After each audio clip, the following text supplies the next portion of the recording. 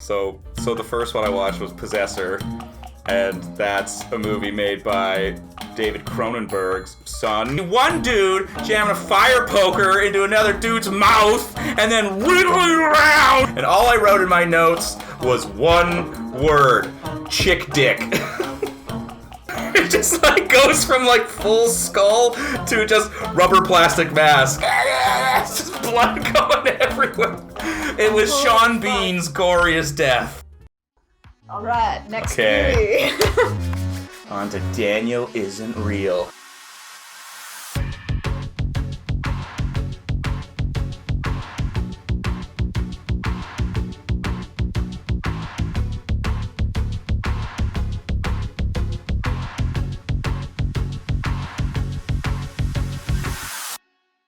So, Daniel Isn't Real is... Before we begin, I just realized we didn't actually say the premise of the show. Basically, Chris watches gory movies that I can't stomach and then describes them to me in detail. I then try to stitch together a trailer based off what he's told me. Also, my camera died a few times during this, so apologies in advance for some weird camera angles and lack of interesting B-shots. It was about an age-old tale of a child with his imaginary friend, and this one's a little less abstract, although there is definitely a good amount of abstractness in it as well. Some really weird visuals. The connecting tissue between these two movies is goopy faces. All right. Goopy faces is apparently like the best way to portray mental like brain switching in horror these days is Weird. Goopy faces. It stars, which is hilarious because as soon as you realize it, you can't stop looking at his face. The imaginary friend is Daniel, and he is played by Patrick Schwarzenegger, Arnold Schwarzenegger's son. Right. Yeah! I knew that, and I was like, I didn't know he had a son. Weird. Oh, he has many sons. Some that he wish you didn't know about. His illegitimate maid children. Oh, yes. That's, yeah. Not surprised, I just don't pay attention to Arnold Schwarzenegger's love affairs with his maids. The Schwartz News. What's new in Schwartz News? What's new in Schwartz News? He drives tanks and bangs maids. So he's the imaginary friend, and then a guy who looks oddly like the actor from Riverdale who plays Jughead. Oh yeah, what's his face? Is Luke, who is the... He has a twin brother. That is true, but I found out actually he isn't the twin brother. He's actually the son of another famous person I didn't realize, Tim Robbins, who is the main actor in Shawshank Redemption and in tons of other shit. He's in Jacob's Ladder. I like Tim Robbins. Yeah, Tim Robbins is great. So that's his son. Something Robbins. He's a Robin. He's a Robin, Christopher Robin. He's a happy-go-lucky teenager with no friends. Actually, no. Let's go back to the beginning. Starts off with him as a kid. He's coming home from school or something, or he goes outside because his parents are fighting, and he just happens to come across, coffee shop massacre where a guy blows away an entire coffee shop full of people with a shotgun and a handgun. Jesus, all right. And very cheerful. Right, that's the upbeat start to it, and you get to see that, and then he, as a small boy, somehow gets to come right to the front of the crime scene and see the blown away body of the guy who murdered everybody. And he's all fucked up and bleeding, and he's dead. And then I guess from looking at him, he gets his imaginary friend, and then Daniel's right beside him. Wow. And so he's like this little taller kid. And so they start playing together and having a good time. And he's like his only friend he's ever had. So, everything seems to be going well. And like the mom, but like while this like happy montage is happening, the mom is getting divorced from her dad because the mom's also crazy. But I guess they're like really well off because they live in this nice New York house. But like the mom's crazy. So she like cuts up pictures of books and stuff and puts them on the walls and like keeps all the windows closed. And at one point, again, I don't know if some of this is supposed to be comedic, but I don't know if I've just watched enough horror movies that some of this stuff is funny to me now and no one else. But there's just a shot where like he's playing like swords in his mind with his imaginary friend, but then it hard cuts to what he's doing in real life, and he's just like in this fancy room with a broom going, "Ah!" just like waving a fucking broom around by himself. And the mom's just like, and then it hard cuts to the next scene, and the mom and him she brings him up to a mirror. It's like, we're gonna be all right. And then the next scene is Daniel convincing the little boy to fill up the mommy smoothie with pills and try to murder her. Jesus Christ. So it's just like the series of these shots, like, no mother should think their child's okay when he's swinging a broom around screaming by himself in a room. And then, like, it's gonna be fine. And then she immediately almost dies. It's like, you have to know that's kind of funny, the way you lay that out. But I don't know if it's... Interesting, because usually, like, that is a very comedic take, where it's like happening, it's like in the person's brain, and hard cut to reality, and it's usually like a stark difference. Mm-hmm.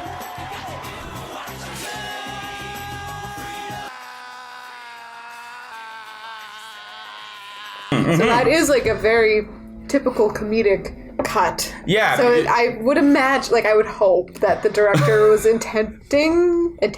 Yeah. Intending. That's the word. Intending for that to be comedic, because otherwise it's like, I don't know. Yeah. I don't know. It's just like, are you just an idiot? You're fucking stupid, dumb, terrible filmmaker. What's wrong with you? It's like they're like, because they're like fighting in a fake castle in his mind too, and they have like real swords when they're fighting, and then it just cuts to him with a broom. Okay, that must have been intentional, but like, is it kind of a comedy?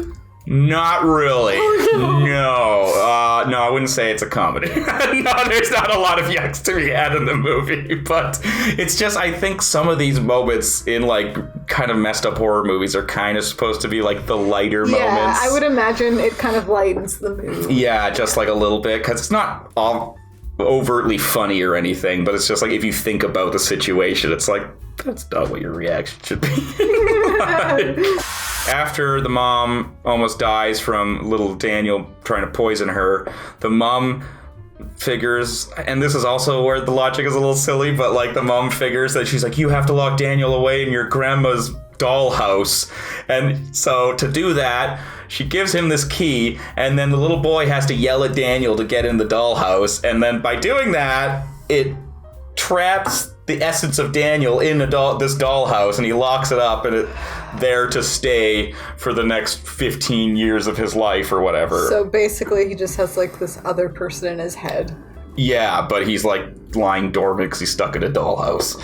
Weird. Yeah, so he has like this other personality that's like trying to get him to do shit. And like, you can tell like pretty much right away that his imaginary friend, there's something weird with it, because he's always like really intensely staring at him when he's not looking at him. And so yeah, it goes into like the future, and he goes to the psychiatrist. And again, I don't know if it's joke, but like the psychiatrist in this movie is the most inept person in the entire movie. And like normally the psychiatrist person is supposed to be the one that helps you. Like he ends up being the worst character in the movie. Frustrating. And it's like, so he's this like Zen like psychiatrist dude, and he tells him to reconnect with his imaginary friend, and that might help him. And that sets into motion all the events of the movie.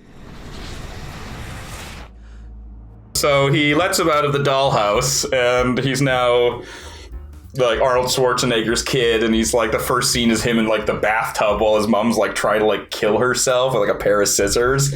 Jesus. And so yeah, Tim Robbins' son is trying to like stop her, and friggin' Patrick Schwarzenegger's just sitting in the bathtub, just like telling him to like, it's like, put the scissors to your own throat, and he just kind of constantly like gives him like advice. And so he like threatens to kill himself, and then she loses it and like decides not to like kill herself. Yeah. So the Schwarzenegger is the evil imaginary kid. He's the imaginary kid. Yeah. And Robbins is the regular. Yeah, like, he's the actual kid. Yeah, he's the normal-ish person. That's like, he's just kind of like emo. For some reason, I was kind of like, didn't put together that there's two main characters. And like, one person to two people. I was at first picturing like a similar looking person as the imaginary friend. Like one actor would play both of them. Yeah, well, you could tell like they like Yeah, Patrick Schwarzenegger is like supposed to be the dominant version in the sense that like he's the skinnier, more attractive version. But they do have like similar-ish features, like close enough that like that he could be an imaginary friend of him, but he's definitely not the same person as him. Right. It's sort of like how you would idealize like what. Yeah, his idealistic version of himself. Of himself, yeah. Yeah. He always like wears all these like really like crazy bright colored clothing all the time, and like he's the only one that can see him, so he's constantly like feeding him advice, and like he takes him to a party and like he tells him what to say, and then he gets him drunk, but he's just by himself drinking essentially. But you could tell that like there's something weird because like when he falls asleep, like he's trying to get him to lose control, because once he passes out from the booze, he starts staring at him. The imaginary friend starts staring at the passed out kid, and he starts like picking up his hand, and he can actually like move his hand, and he tries to get him to grab a straight razor and then put it to his throat. But then the kid wakes up all of a sudden from his boozy haze, and he has to drop it because he can only control him when he's fully unconscious. Fuck. So it's like kind of the next events of the movie are him trying to like get him to lose more and more control so that like he can take over control of his body more. All that stuff's really cool. I tell you, Patrick Schwarzenegger has like a super good at like having a creepy stare, because like every time that like Tim Robbins' son Jughead isn't paying attention to him, like friggin' Patrick Schwarzenegger's just staring at him like daggers into his eyes, so he's like constantly... Learned it from the best. Oh, yeah. That's true! The Terminator was his dad! Jesus Christ, of course! I was like, it makes sense. That totally makes... like a full-on, like, death stare. That's a good point. It's the Terminator. Of course he'd have a good death stare. So yeah, he does his best Terminator impression. He just stares down this poor kid the whole movie. And it's like okay, and then he meets like this girl, and she's like this artist, and she draws a picture of him, and for whatever reason she can like see this like weird shadow or this like darkness, and so like she draws a portrait of him, but then behind him she draws like this like kind of spiky shadow, and that kind of foreshadows what happens later in the movie. So he starts to lose more and more control. While he's sleeping one night, Patrick Schwarzenegger finds out Patrick Schwarzenegger's been building this relationship with this woman while he's been asleep. By texting her on the phone. And so while she's sleeping, he's having this like texting conversation with her, lures this woman in with her friend, and then they go into like this like weird underground tunnel system, and that's where like the weird visuals start to happen, because the main guy doesn't want to sleep with this girl because he's in a relationship with this other girl. So he's like, well, just give me control, then it doesn't count. And so he's like, oh, okay, that sounds cool. And then as soon as he says that, Patrick Schwarzenegger's face starts like melting into tentacles that like start shooting onto like Jughead's face, and their like faces are like interglooping and like pulling into each other, and then it's like all these like edits of their like faces kind of like stretching, and it's like pretty cool visual effects. And then they pop out, and essentially the roles are reversed, and he becomes the imaginary friend, even though it's still his body. It's his imaginary friend's controlling his body now, and so he has really creepy sex with, or like just kind of aggressive sex with this girl, and then beats the shit out of this guy and like burns his head into like a steam pipe.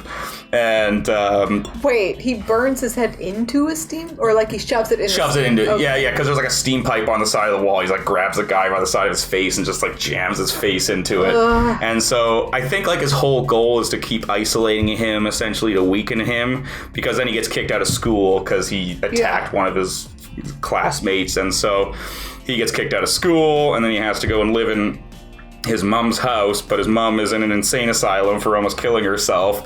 So he's just like living by himself. And then it's like, I didn't notice this the first time I watched it, but at that point, Patrick Schwarzenegger starts wearing the mom's bathrobe and like her clothes over top of his own clothes. So it's like this dominance thing where he's like, he's like wearing her sweaters and stuff. And so yeah, if you pay attention to his clothes, they actually kind of have little hints of like the power gaining and stuff.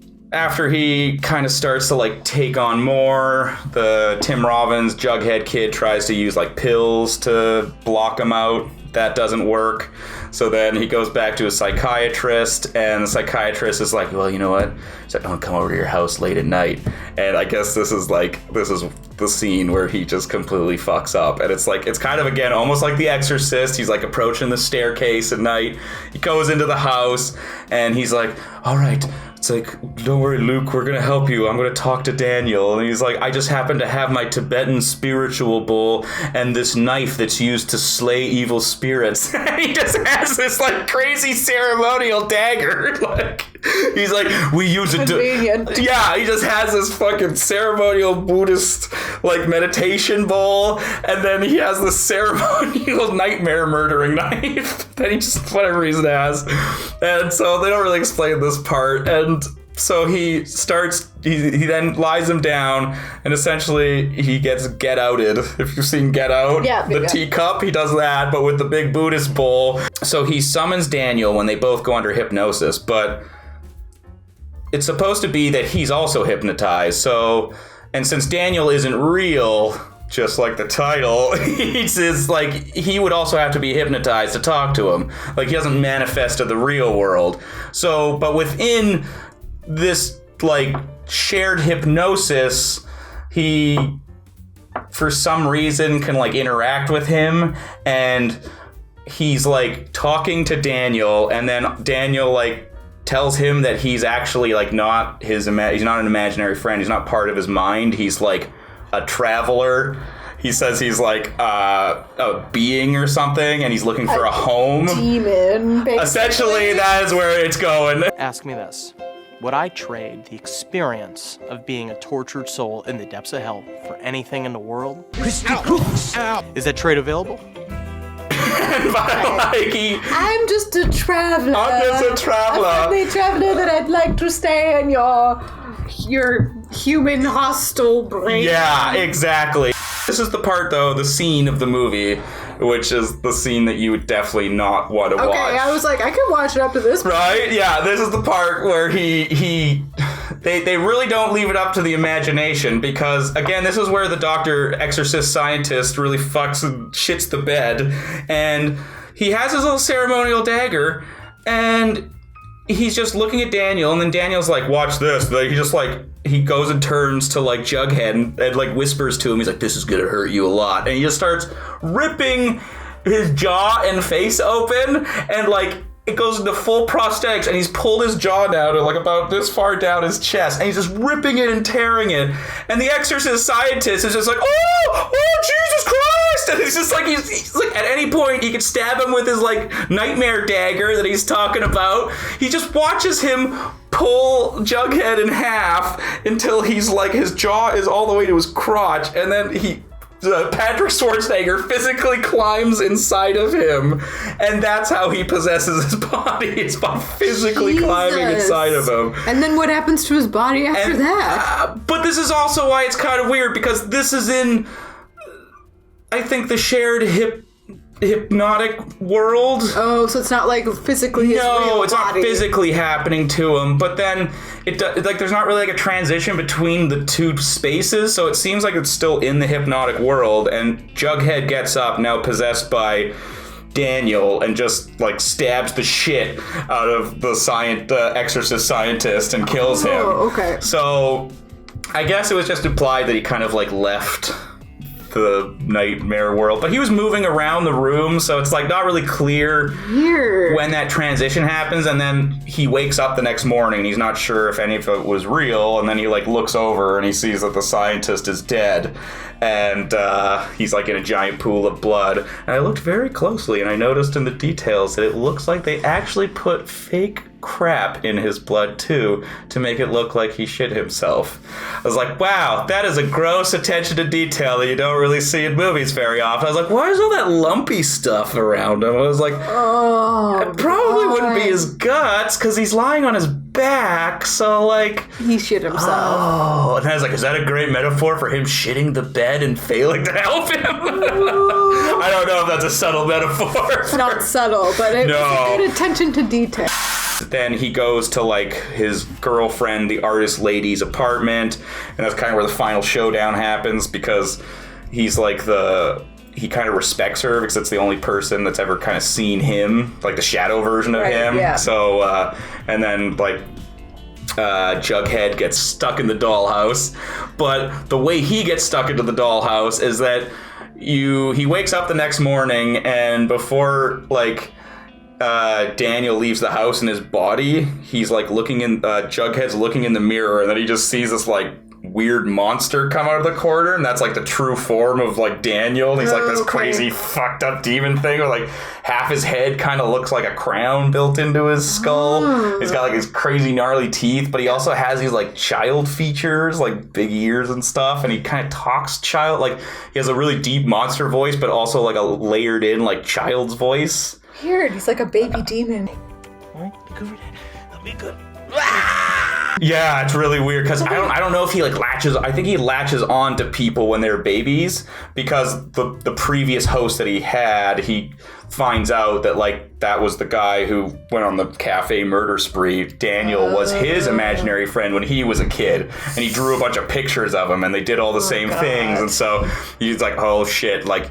He's even named Daniel too, so he's like, oh crap, I got a horrible interdimensional demon inside of me. And so as it happens, you come across crime scenes, a mass murder, don't look in anybody's eyes or a demon might jump into your body. Okay. You know, and feed upon Point taken. Your mind forever.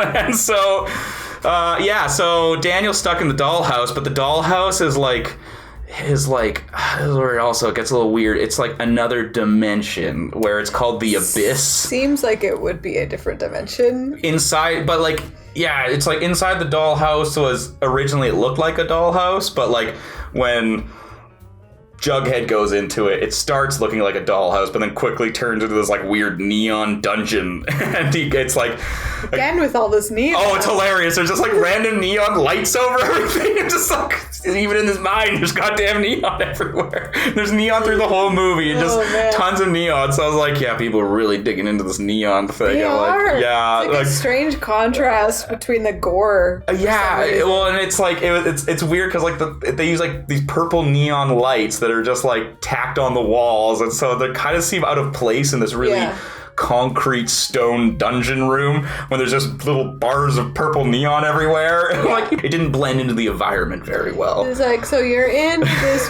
weird not parallel universe, but you're in like an abyss that's supposed to be evil, but yet there's like purple lights everywhere. Yeah, it's just kind of like, are you soothing. sure you're not just in a club? Yeah, it's like he looks like he's in a Euro night trash club or something. Hey, fun boy, what are you doing in there? No, fun boy. I don't know what that was. That accent.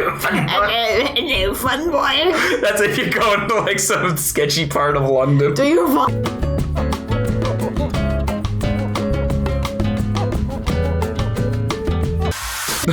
There is another weird guy in the Mindscape world with him, and for some reason it's the spirit of the guy who got killed before him that got possessed by Daniel. Except, for some reason, he has a sideways gravity working on his face because all of his skin is shooting out in daggers going this way. Is it because is that how he died? No, definitely not. He looks like a monster face. It's not like a human face. There's no way human face could ever be portrayed or laid in this way. Like it's like weird. His skin itself is like pulling off in really hard points. So it's like all spiky going sideways, and like he sees him in the beginning. He goes, "Bah!" He starts running at him. And then he's like a spooky monster. But then he shows up later, and he's like, bah! He runs at Tim Robbins and just stabs the shit out of him with the nightmare dagger. Because he's in this like weird like weapon display room where it's like every weapon that Daniel's ever used to kill people with. Yeah. I guess it's supposed to be like his temple sort of thing. Because there's like a giant painting of him from like, I don't know, like ancient Europe or something. And it's like his true form or whatever. And he's like consuming all this stuff. I guess he's like a gluttony sort of thing. Oh. okay. Because he keeps talking about how he inspires people to be artists, and none of them are worthy of his vision. And so, like, I guess it's like, it's supposed to be like, is he schizophrenia? Like, if you're an artist, does like that come with a certain amount of mental instability? Like, I think that's kind of like the question that they wanted to ask. Okay, that makes sense. So, yeah. So, climax of the movie is they go to girlfriend's apartment, and then he escapes from the weird mind palace, which you find out is like a weird Hellraiser dimension where, Pinhead, they all live in this little cube box, and that's essentially where this guy lives, is inside this alternate dimension called the Abyss. Yeah. And he manages, for some reason, he breaks through this wall by, in real life, the girl physically beating the shit out of Patrick Schwarzenegger's head into a wall. So, very one-to-one metaphor there. His head goes into a brick, and then a brick pops out of his mind brick wall. So, it was kind of funny. It was like each slam of his head into a brick popped a brick out of the wall. Yeah. And so he gets out into the abyss, jumps into it, and that somehow brings him back to, like, the real world, because I guess jumping into the abyss is how you get to the real world. And then they have a showdown with their broom swords, because the power of imagination saves the day, because he hurls his broom sword at the dude, and then it turns into a sword, stabs through Patrick Schwarzenegger, and then Patrick Schwarzenegger pulls the sword out of him. They have a sword fight and beat the shit out of each other on the top of this roof. And then Patrick Schwarzenegger pretty much just tells him that, like, you can't live without me, you're nothing without me. And then, like, somehow, he's about to, like, do the mouth-pulling thing to him again. And it's like every once in a while throughout the movie, like, Patrick Schwarzenegger, like, while he's sleeping, like, kind of like puts his fingers in his mouth to, like, try to, like, get into it, but he keeps waking up while he's doing it, so you're wondering why he's doing that. Christ. And so, he tries to get in again, and then he grabs them both, and they both fly off the edge, and he kills himself, essentially. And the end of the movie is the girlfriend just lying beside Tim Robbins' Jughead's corpse, and then the very end of the movie cuts back to the void where that, like, pit is, and Patrick Schwarzenegger is there, and he just goes up to the void again and then jumps back off. So essentially he's just restarting the pattern. He's weak, he's lonely, and he's nothing without me. And it's kind of like a bit of it. Man. So he doesn't really die. He just, like, redoes. He's lived forever, I guess, doing this. And I guess his whole goal is to get them to kill themselves eventually. Shit. So, yeah, he just, like, keeps doing it for eternity. He's just his life. He's a horrible demon that just possesses people and gets them to, like, make art and kill themselves. That's intense. Yeah, and that's the end of the movie. Cool. I mean, it sounds like an interesting movie, but it's just like that one part with, like, the thing I don't think I'd be able to watch.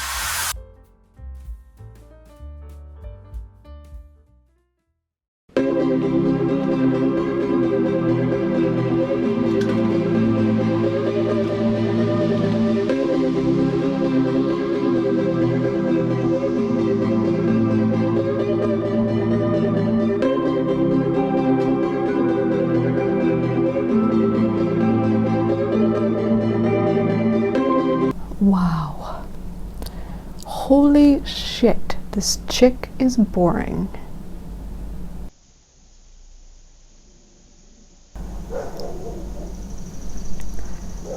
Let's change that.